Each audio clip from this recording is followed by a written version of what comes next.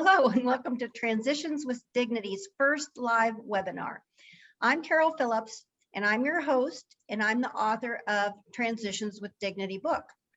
I'm also a senior real estate specialist, and I specialize in helping seniors and their families find their way into positive living situations.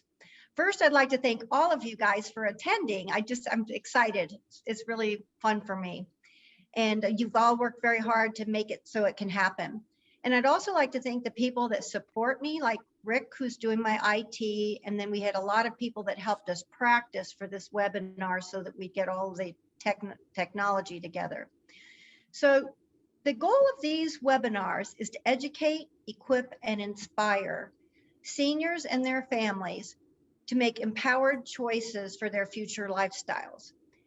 No matter what, time is going to move on, and we all have to make different choices based on where we are in our life.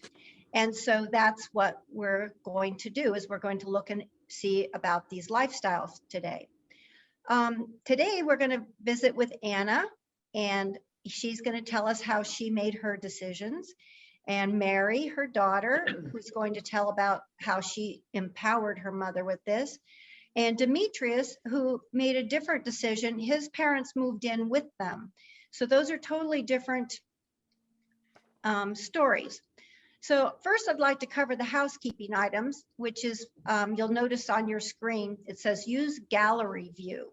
So if you go up to the top right-hand corner under view and push gallery, then you'll be able to see all the speakers and the participants. The format's going to be, we're going to first interview our guests. And then the next thing we'll do is we'll have a question and answer at the end.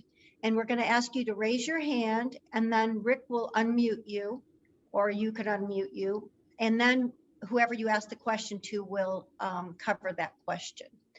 I think I covered all the things that we've got going.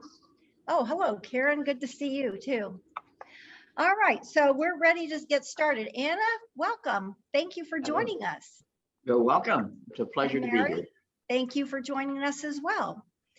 Anna, before you made your move to Mountain Park. My husband and I had retired from snowy Michigan and moved to San Diego, California, God's wonderland. We bought a one-story ranch house in the Rancho Bernardo area, which was really a kind of a posh district. It was a retirement community with single family homes. We lived there for many years and happily, and then my husband passed away. Oh. I'd been living alone there, and to make ends meet, I took on a roomer who stayed at my house only 3 nights a week, because he was living, his home base was Los Angeles, and he was working 3 days a week in San Diego. So that was a wonderful arrangement. I never saw him. He arrived at 7 p.m. and left at 7 a.m. Good. I was retired from teaching, and my hobbies were sewing quilts and taking care of my cat, or my cat. Okay, so so the part that changed in your life first was that your husband passed away, and then you had this roommate, and it worked for quite a while. Then what happened? What made it quit working? You know, there's usually something that happens within a family, or it's health or death or something. Something happened that you decided you didn't want to live in that situation anymore. Mary's going to need to unmute. Oh, you need to unmute. Okay, ready. There you go. Okay. I had one hip replacement, and the other one was going out, and that was incapacitating me severely. So I needed, I just needed to start thinking of different arrangements for my living, because I was doing water aerobics, and I was also docenting, or being a docent at the San Diego Natural History Museum, which I loved, but that required a 49-mile drive one way. And I did that at least 3 days a week. So things were getting difficult to manage on my own. Okay. Also, I think she found that she was taking care of a house that was what, 3 bedrooms? It was 1,700 square feet, Yeah, and it was more than I needed. Had 7 orange trees, and I could no longer climb the trees or climb the ladder to pick the oranges. And so the beautiful rats in San Diego invaded my yard, and I thought, this is not gracious living. So Okay. So your health deteriorated just enough to where it became too difficult to be it there. was, yeah. All right. Okay. So in my book, Transitions with Dignity, I talk about MOLOs, and that's more of, less of. Okay. So within your living situation, you think about there are things that you wanted to experience more of, and there are things you wanted to experience less of. Now, you've already Well, said you wanted to not maintain trees. I did what not want to. else? I did not want to climb ladders. No. Okay, I did not want to exterminate rats. No, they're not my favorite animals. Um, oh, and I did not want to live isolated and all alone. That was very devastating to me because my roomer was not there. Practically, he lived in his own room, so I never saw him really. So that was kind of a deterrent there. as she stopped driving, she was driving less at night. Yeah, She was really going, I was unable to drive at night. she wasn't so. going anywhere, and she even had stopped going to like the community center and doing activities there. And so the isolation, I think, was starting to really bother her. My sister had lived in Rancho Bernardo, but had also then moved to the coast in La Jolla, 45 minutes away. And so that was difficult. It was a long commute. You had to go to dinner with them. So But even we did. with family, there wasn't family in Rancho Bernardo where she was living. And I think that really started to take a toll. Well, so those are the things you wanted less of. So how did you make your decision to move where you are now? What are the things you were looking for, and how did you make that decision? Well, let's see. She looked at the different places around the country where all her children lived. Yeah, my 6 kids lived in Florida, Tennessee, Arizona, and San Diego. And you can forget Florida and the humidity, and Tennessee and Pennsylvania. Pennsylvania with the cold. And so the only 2 choices left were California and Arizona. And we found that California homes required investing a huge amount of money, like $250,000 before you could enter. They wanted you to sell your house. Yeah, and give all the money to the center, and then they would take care of you for the rest of your life. So I didn't find a situation there that monetarily I felt I wanted to sustain for any long period of time. So okay, so then my granddaughter was driving by the place I'm living now, and so she said, "Grandma, you got to come live here when it's through." So they had a big sign up when it was under construction. Yeah. And she was driving to high school one day, and she's like, "They're putting in a retirement center like literally 5 minutes from our house." Yeah. And that started the process where something so close was almost too good to be true. Yeah. And that was very attractive, being so close to a family member. Even though as a native Californian, I hated to desert San Diego because it is really God's country. She didn't really want to leave California. I really didn't. She was born and raised in My the heart Bay Area. is still there, yeah. And she came here begrudgingly, but I think you're going to say that your arthritis is much better here. It improved, but San Diego was still pretty dry, except it was next to the ocean. So. Exactly. Well, it's hard to leave the next to the ocean. I get that one. Well, But no, on the other hand, if you have arthritis, honey, you don't want to live next to the ocean. I was 17 miles inland. I noticed the difference. Yeah. So I enjoyed that climate very much. It was beautiful. Yeah.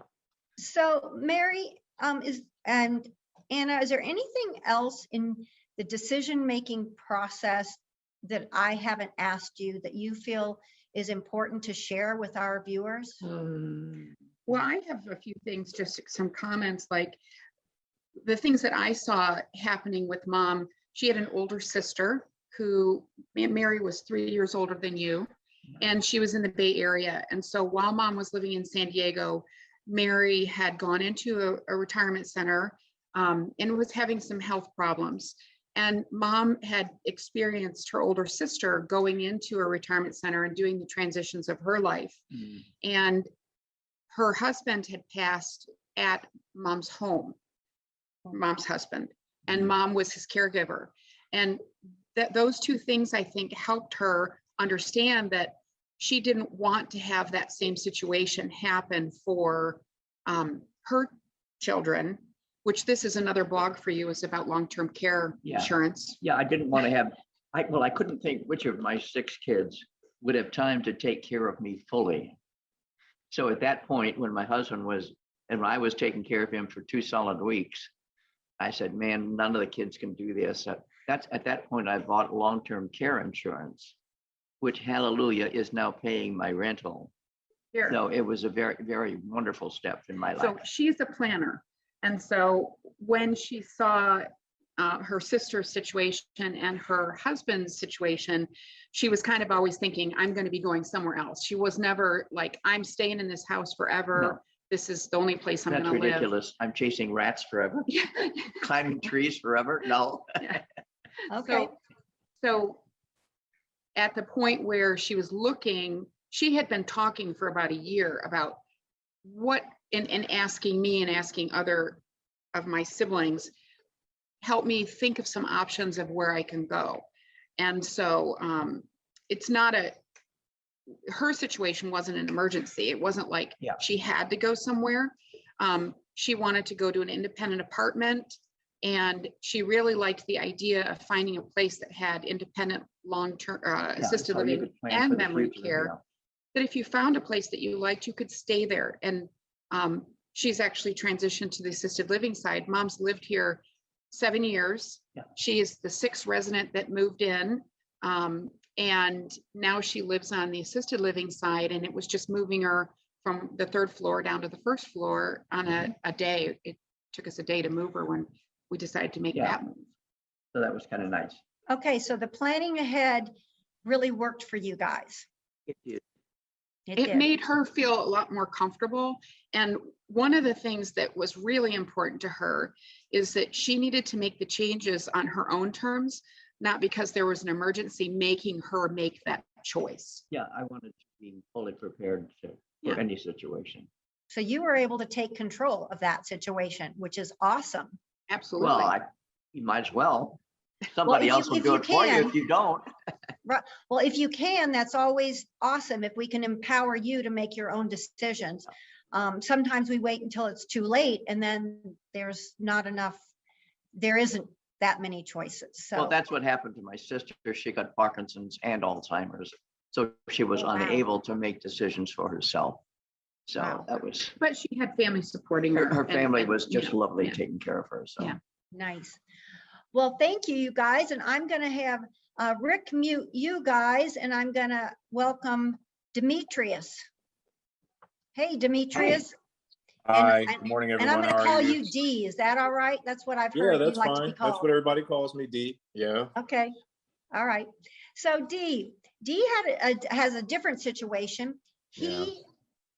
You chose to either move in with you and your wife, move in with your parents, or have them move in with you, or tell us a little bit about what the same thing. What was their situation Well, that their made you situation decide? was their situation was much different.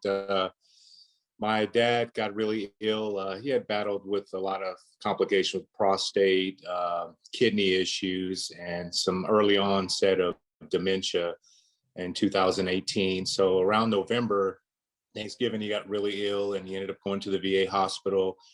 Upon his release, he was home for about another week or two, but he just wasn't doing well. And at that point, my family lived in Tolleson and we lived in Litchfield Park. So we had a pretty big home, about 3,500 square feet, and they were living in a home at the time about 17 or 1,800 square feet. So I made the decision on my feet, being that, I'm the only child. I've had my parents, we're a very close-knit family. So I made the decision to have dad come stay with me for a few weeks to see if I could get him back on his feet, take him to his doctor's appointments, etc. And as it turns out, it didn't get any better. he was very unstable. And you have to factor in too, my mom, she had rheumatoid arthritis, severe type 2 diabetes, neuropathy. She was not wheelchair bound, but she had to get around on a hover round. She had a lot of back issues. We've done epidurals. She had 2 full knee replacements. So at that time, she wasn't very mobile. So our situation was different. I asked mom and dad, hey, we're willing to take you guys into our home. There were a lot of negatives to that because we did have a 2-story home. So, but it was very accommodating in that they had their own loft area, they had their own bathroom. So much like the lady that spoke earlier, I'm sorry, I didn't recall your name, but they were pretty much independent. I mean, my dad at that point started making a turn. But then there was a whole host of other medical issues that came up in regards to AFib. We found out he had some upper GI issues. So it was kind of an abrupt thing. It worked out because COVID came around maybe 6 months to a year later. I was able to work from home. I'm still working from home. And my wife had phased out of her business that we had. She was self-employed for the last 10 years. So we made a decision to close that business down. And then we essentially both kind of became the caretakers, 24/7, but there was still some independence on my dad's part. And my mom could get around, but it was very limited mobility, very limited. Okay, so you had a 2-story house, so did they Yeah. live on the first floor, or Yeah, what yeah. accommodations did you have to So make? the accommodations were, they had a loft area, couch, all the setup. The rooms are really, really large. It was a huge home, and that's the reason why we chose it at the time. Some of the things that factored in is, we did all the meal prepping, and mom couldn't get up and down the stairs like she would wanted to. So I would bring meals up. My wife would bring meals up, or my son, was a senior in high school at the time, he would assist as well. And then when my daughter came home from school, by the way, my daughter goes to San Diego State. So she plays for the women's basketball team there. She's got 1 more year left and she loves it. She does not want to leave San Diego, God's country. So, but it was a huge transition, especially on an emotional level. I mean, at least you had yours planned out, but for them, it really losing their independence, it took a good 6 months. I mean, for them to adjust. They didn't want to be a burden on us. They were so totally independent.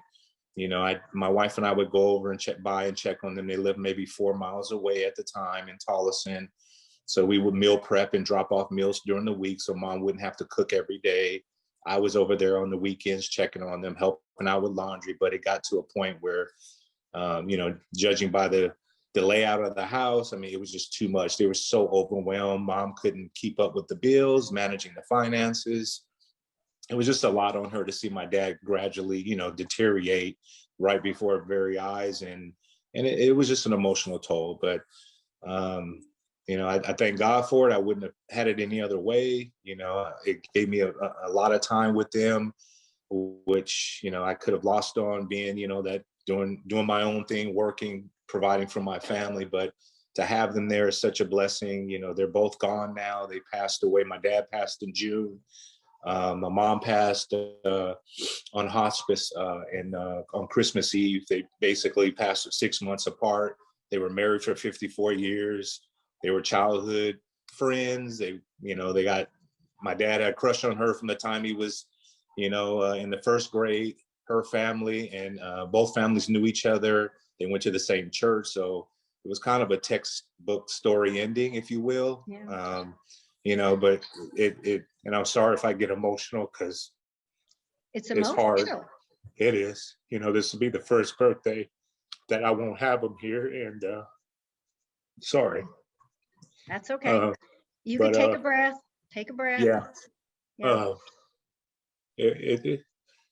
I miss them sorely, and I just thank God for having a wife. I've been married 24 years, and she took the time to be committed to caring for my family.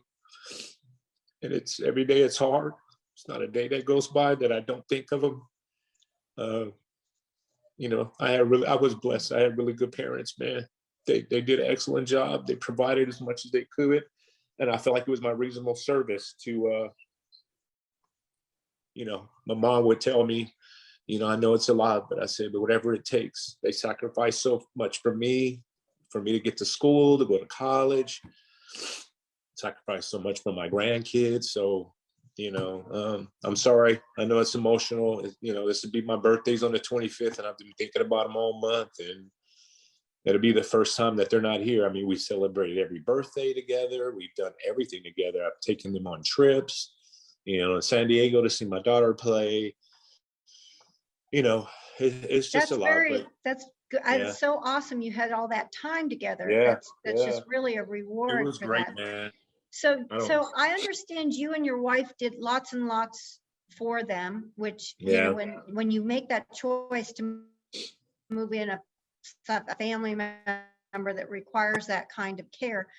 yeah, I did that for quite a while until I didn't have enough of me to yeah, do enough for my mom. And then I also couldn't hire enough people to come in enough times.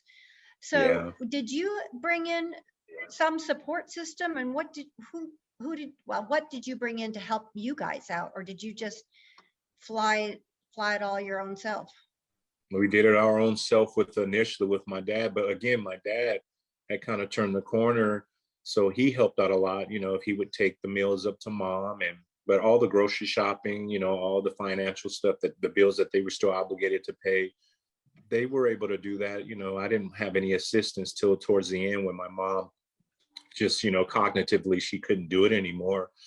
But once dad was hospitalized, and he had aortic regurgitation, and he had surgery on that, which was successful. But prior to that, he had sepsis, he had AFib. I mean, it just snowballed really quickly, and then he passed away in the rehab center after the aortic valve replacement due to an upper GI bleed. And at that time, it's kind of ironic that happened. But prior to that, 2 days prior to him passing, my mom woke up one morning and, couldn't really had any motor function in her legs and arms. And I had to call the fire department out. And as it turns out, she had Guillain-Barré, which is a autoimmune disorder, which we found out later. And then she went in and they did the transfusion, and then they told her that she was going to have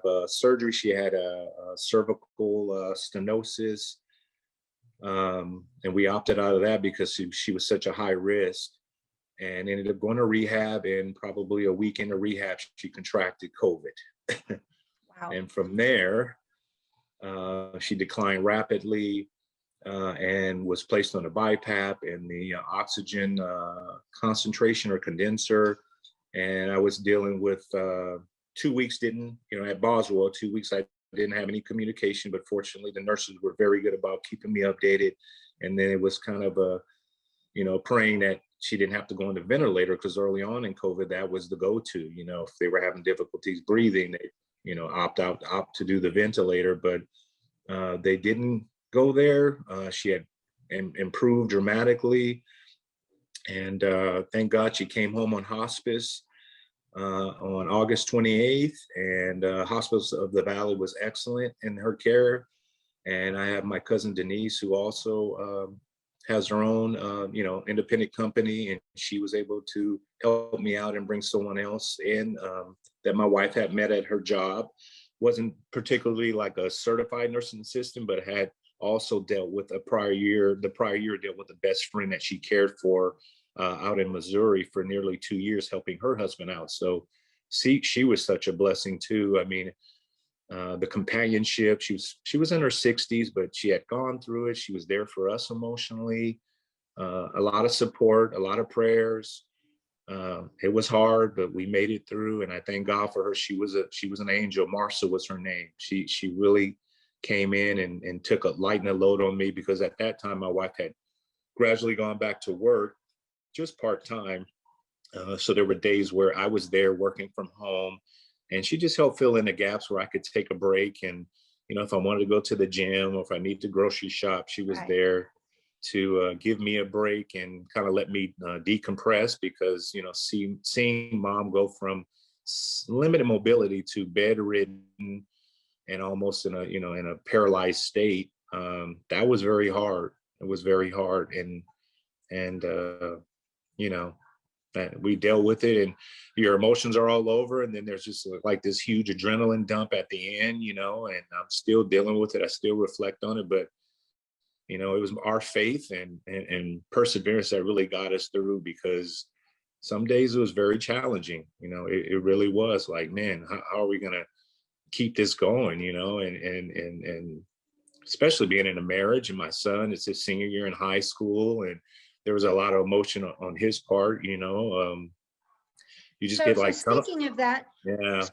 what adjustments did you discuss with your kids about moving mom and dad in, or what adjustments did they have to make in order A to lot. I mean, facilitate this?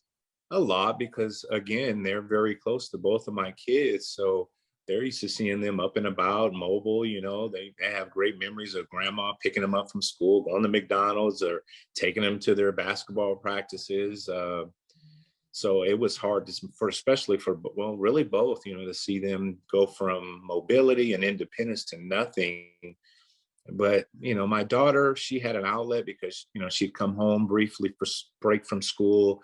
My son, you know, was up close and personal for him. And he's kind of the quiet one, and he internalizes a lot. So it took some times for us to have our time at the gym, or, you know, going for a ride and just kind of processing his emotions. And it was hard, you know, he felt like, in essence, like, you know, mom and dad were kind of taken away from him because the focus was now on, you know, mom and on his grandparents. Yeah. But he never made us feel bad about it. But, you know, of course, as a parent, you know, you're like, wow, I didn't realize I pushed you away, if you will, and just focus on that. Oftentimes, maybe I, you know, did I not take the time, you know, to, if he wanted to go to the movies, that was our thing. The latest, you know, Star Wars or whatever. We're both kind of sci-fi guys, and I couldn't get up and go out, you know, especially with COVID. That played a part too. He didn't have a normal graduation, and so it was a lot. But you know what? My faith in God, it got us through, you know. But Okay. it was not easy. It was a really abrupt. Okay, you're moving in. I had to sell their home. We had to put it on the market. We had to really purge. I mean, I had been in that home for 14 years. So we had garage sales. I had to get a storage. It was a lot on me. I kind of took the lead. I didn't want to, you know, put all that stuff on my wife. She had enough on her plate as it is, but it all worked out at the end, you know, according to God's plan. That's kind of how I feel. I'd love to have him here, but yeah, you know, you don't realize when you're going through it that, at the end, you look back and reflect and say, man, how did I do this? So I wish I would have had a perfect plan. You know, at one point I thought about transitioning them to a senior living center. That's not what they wanted financially. They could have afforded it. It would have been pretty tight, but they wanted to be with me, and sorry, my dogs, but they wanted to be here with us and have those memories and experiences with us. And we obliged. We made it happen. We made it happen. Okay.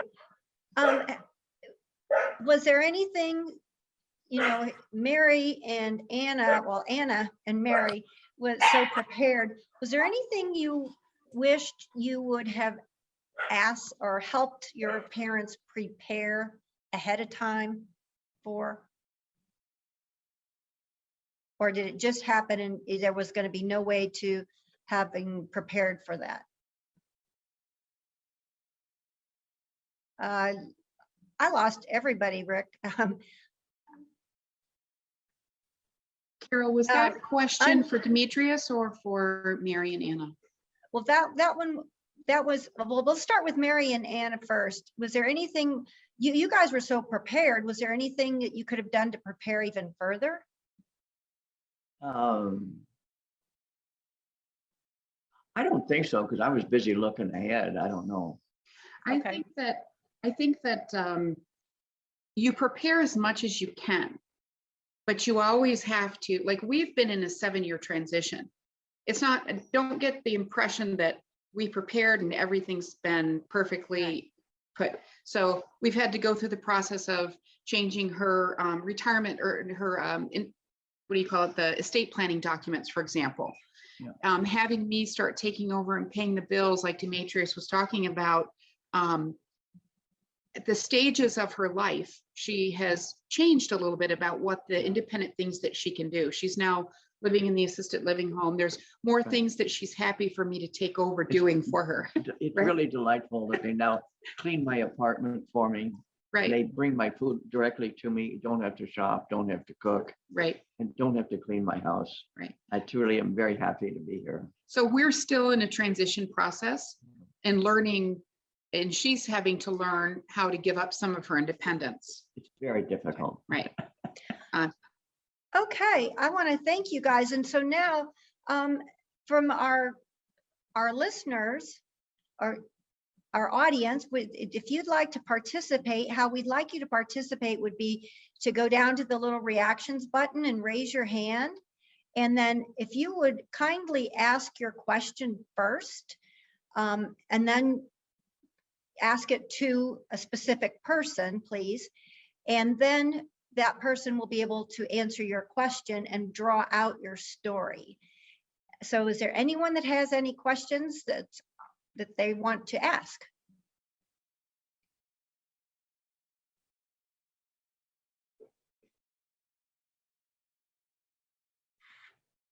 Okay, Sandra, you want to, let's see, Rick will unmute you, or, oh, there you go. Hi, Sandy. Hello, how are you? I'm just wanted- great. Good to hear. I just wanted to say I don't have any questions. But I definitely, especially your story, Dee. My heart goes out to you. You've been through so much. All your stories are really helpful. Thank you so much for sharing. I just wanted to say thank you. I don't have any questions though. Thank you. All right, did Sherry or Karen or Troy, any questions? All right, well, with that, I think I've pretty. Oh, Carol? hi, Karen. Oh, sorry, Carol. I was actually multitasking, listening to these stories as I was crying and being grateful that you're doing this, because we went through this multiple times, and so it is very emotional, and you do feel so proud of yourself and happy that you got the time. So I'm just so happy that you've got a technique and plan in place with your book to share that, because I think that like I just see the value so much, and there was always a gift in the adversity, and it sounds like the people that you had to share today are noticing it as it's happening. So I think that's pretty special. And I just wanted to know is like, do you think anybody really, like now I would be on the other end when I have to eventually have that happen for my children to do for me. And I think I can see that it's really hard. So I think the adult children going through it have a different perspective on what they want and how easy or easier they want to make it. But I don't think there's any rules. What do you think about that when you need to now be on the other end of accepting after you've done it for your parents? Well, for myself, we had to do it all pretty much. They weren't prepared, and we were laughing because even Rick's parents, they had this beautiful big ranch, and they said, well, we're staying here, and then you have to deal with it when we're gone. Well, And that was just a lot. And Yeah. so I think that for Rick and I, we are doing what Anna did. We are preparing, and we're organizing and emptying part of our house out. We don't have to have so much stuff. So, well, what about you, Dee? What are you doing? Well, we're redoing the bathroom. And so as I was going through all these closets and I was like, let's get rid of this stuff so the kids don't have to get rid of it. And I'm like healthy and feeling great, but I have a different look about my stuff. And then my daughter works for a financial investment company, Fisher Investment, and they have an arm of their company that does like organizes like finances. And I'm like, I wish my stuff was in order, but I'm realizing it's not in order enough. So I think it just makes me realize that I shouldn't put off to tomorrow, because you don't, like, I just want to live my life, but you don't know what changes are going to happen. So Yeah. I think that just gave me a different look about it. Okay, So Dee, you want to say something and then we'll come back to Oh, I Mary. was thinking about it. It took me back in time. I remember when Dad was with us for a couple of weeks before they made the transition coming in. My mom was dug her heels in, and she's like, "Nope, I'm not going." She said, "You could take care of him, and I'm going to stay at home." But you know what? I didn't realize how much she had endured. I can remember telephone conversations, her saying, "You know what? Something's going on with your dad," because he was kind of a secret, private man. And at one point, he stopped allowing her to go to the VA appointments. And she's like, something's going on. He's not telling me something. And I remember it took her, a good month, about 3 weeks for her. She's like, just take care of him. I just need to get my head together and sort everything out. And as far as, clinging and holding on to things and not wanting to lose her independence, I think for my dad, it was easier because he required so much care at that time. And Mom was just like, no, I don't want to get rid of my stuff. And it really, it was met with a lot of resistance when it came to purging some of that stuff and transitioning. I remember that. And I'm like, this is going to be a good thing. It's going to work out. And it was hard for her to let that stuff go. She was so attached and, and I remember getting frustrated, but then I had to have compassion and, but it was like, Mom, we got to get this done. We got to sell this house. And, so it just brought back a lot of memories, a lot of emotions. It wasn't all peachy keen, I tell you that, because she was headstrong woman, man, and she fought me on a lot of fronts. But gradually, she gave in. But it took a while, as Mary mentioned about, like the cleaning and taking over the finances and having your meals prepped. She enjoyed that part. I remember emphasizing, saying, Mom, all you have to do is just relax. We got this, you don't have to worry about anything anymore. It's not all on you. Let us take some of this burden, lighten your load so you can enjoy your time here and don't have anything to worry about. I thought that was very special to me. So Mary, it's hard to receive. To me, it's hard to receive. And the only way I can let people receive is I know how much joy I get from giving. And so I have to like wrap my head around that. But I'm going to go off a video because I know you're wrapping up, but thank you so much for doing this. I'll be here by audio. thanks, Karen. Okay, and Mary, you had raised your hand. What did you want to say? I just wanted to say, I'm in my mid 50s and my kids are done with college and, I'm about ready to do a house remodel. We're going to stay in our house for as long as we can. And I'm already right now planning on remodeling my bathrooms into handicap accessibility and that kind of stuff, thinking, all right, if I stay here for another 20 years, 15 years, I need it to be what I need it to be, because you just never know, we might need hip replacement soon, and we may need to have those accommodations. And I'm going to do that now. I'm also going to do, we've redone our estate planning documents. And so we're looking at those kind of things to make changes now. Just remodel once and be ready. Marvelous. Marvelous. Well, if those of you that got our calendar, you realize that we're going to be discussing these things, and next month is going to be with a not a real estate attorney, an attorney, and he does estate planning. And I think we're going to talk about trusts, wills, probate. And then we'll also be bringing in someone from title company that talks about the difficulty if you have not done that preparation, the difficulties that could be for selling your home if you have not dotted the I's and crossed the T's before you pass away. And so we'll be discussing that. And please go on to my website if you want to. And there's a lot of resources available for you, all kinds of different checklists, financial things that you can look through and check off and see if you've gotten your own self together. And I just want to thank all of you for participating and your time and your energy and your stories.